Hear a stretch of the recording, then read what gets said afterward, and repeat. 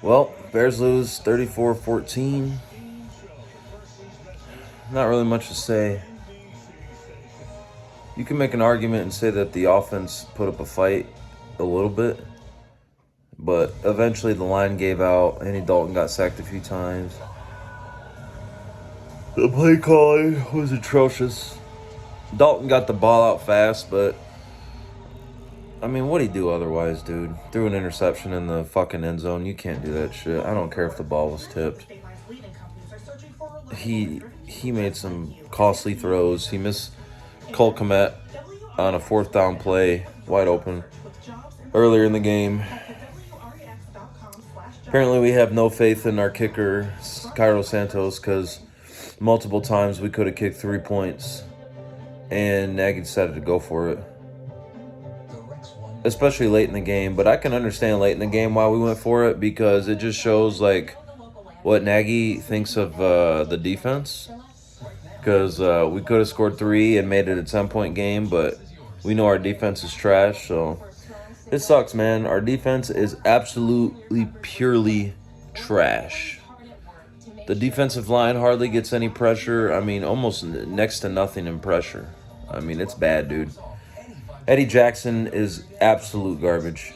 He has been so bad since Vic Fangio left this team in 2019. When Fangio left, so did Eddie Jackson. He completely left.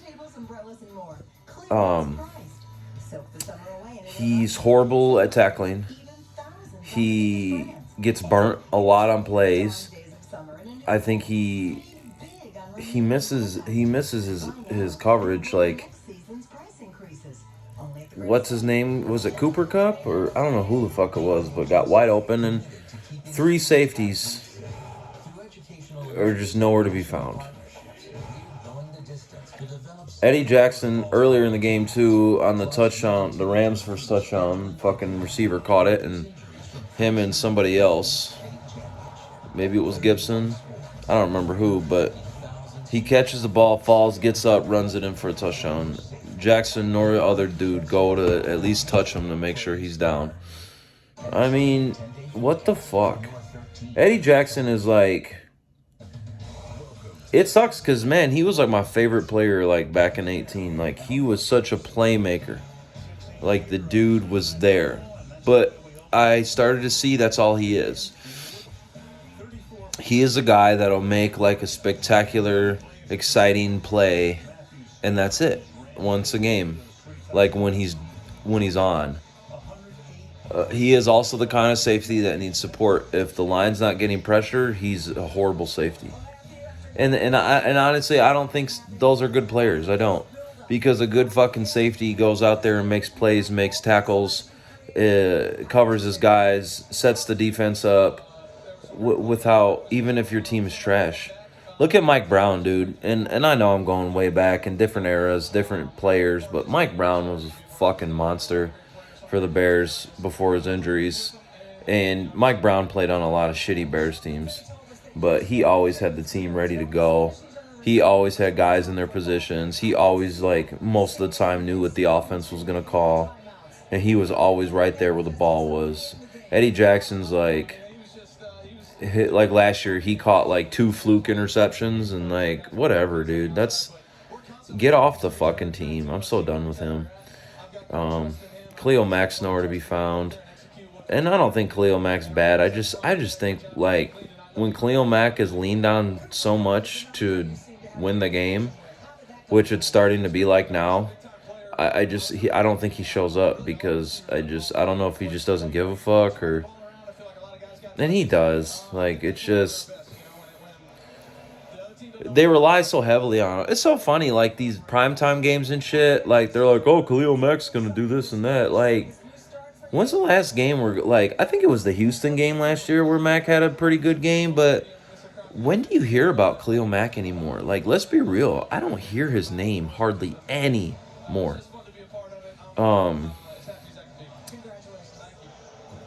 Horrible game. David Montgomery is a fucking beast, dude. He is... We weren't running him for the longest time after he had his first 3 carries, and he started to get the ball more, scored the first touchdown. and he had a pretty good game. I think he ran for over 100 yards, no doubt. Justin Fields, I wish he started this game. I still don't think we would have won, but I think he would have been more of a I think he would have had the Rams defense more on their toes if he was in there, because the dude's mobile, the dude can run, and Andy Dalton had a few plays there where he ran, but I mean, Fields is like a whole different player. Everyone's hyping him up. Even the announcer said it too. Like, it's just like, I mean, we traded up for this dude, and he's just gonna sit here and watch Andy Dalton get sacked countless times. He's gonna watch Andy Dalton throw a few more interceptions, maybe a few touchdowns, and then eventually by week 4 or 5, Andy Dalton's gonna get benched for Justin Fields, and we're gonna be like, where the fuck was Justin Fields week 1? It's the same story. Same thing happened with Mike Glennon. Same thing happened with Nick Foles. Same thing's gonna happen to Andy Dalton. It's just how the Bears will do their business, you know. I thought it was funny how NBC was trolling the Bears fans, because every time the Rams would score, they showed like Virginia McCaskey, then they showed Dick Butkus, and they both looked so pissed off.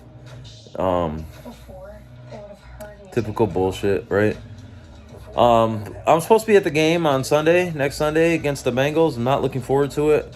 Like, it's going to be fun, but I really think we're going to lose. Fucking Joe Burrow and company came out today, and they just fucking lit up the Vikings, dude. It was a close game, but, man, they really came to play and win. So, they're not going to be any pushovers.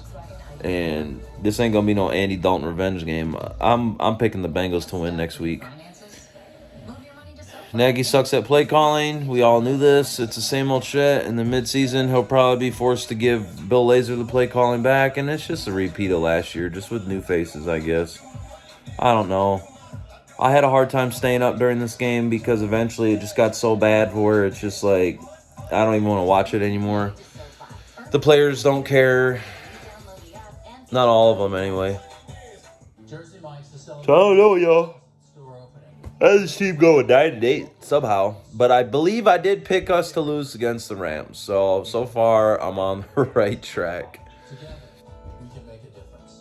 What an opportunity, too, dude. The Packers, Vikings, and Lions all lost today. Aaron Rodgers looked like absolute garbage. The Lions got killed for most of the game till they came back. But in garbage time, Vikings lost in overtime. Bears had the perfect opportunity to sit alone in first, and we just blow it, just like always. But it's not surprising, dude. This is the kind of shit that happens. The Bears deserve every loss they get this season for not starting Justin Fields and for not taking the defense as serious enough. Our secondary is absolutely garbage, and it shows. Y'all watched the video yesterday when I was reading off the corners. I'm like, who's this guy? Who's this guy? Who's this guy?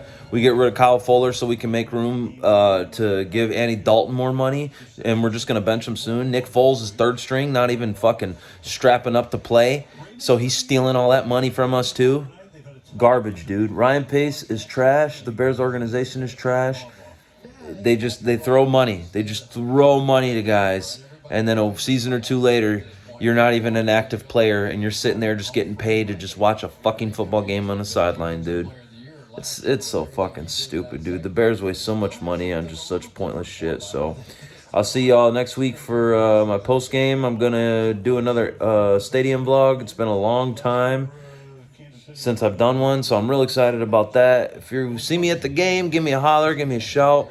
And follow me on Twitter, y'all, at Phenomenal90210. That's 90210.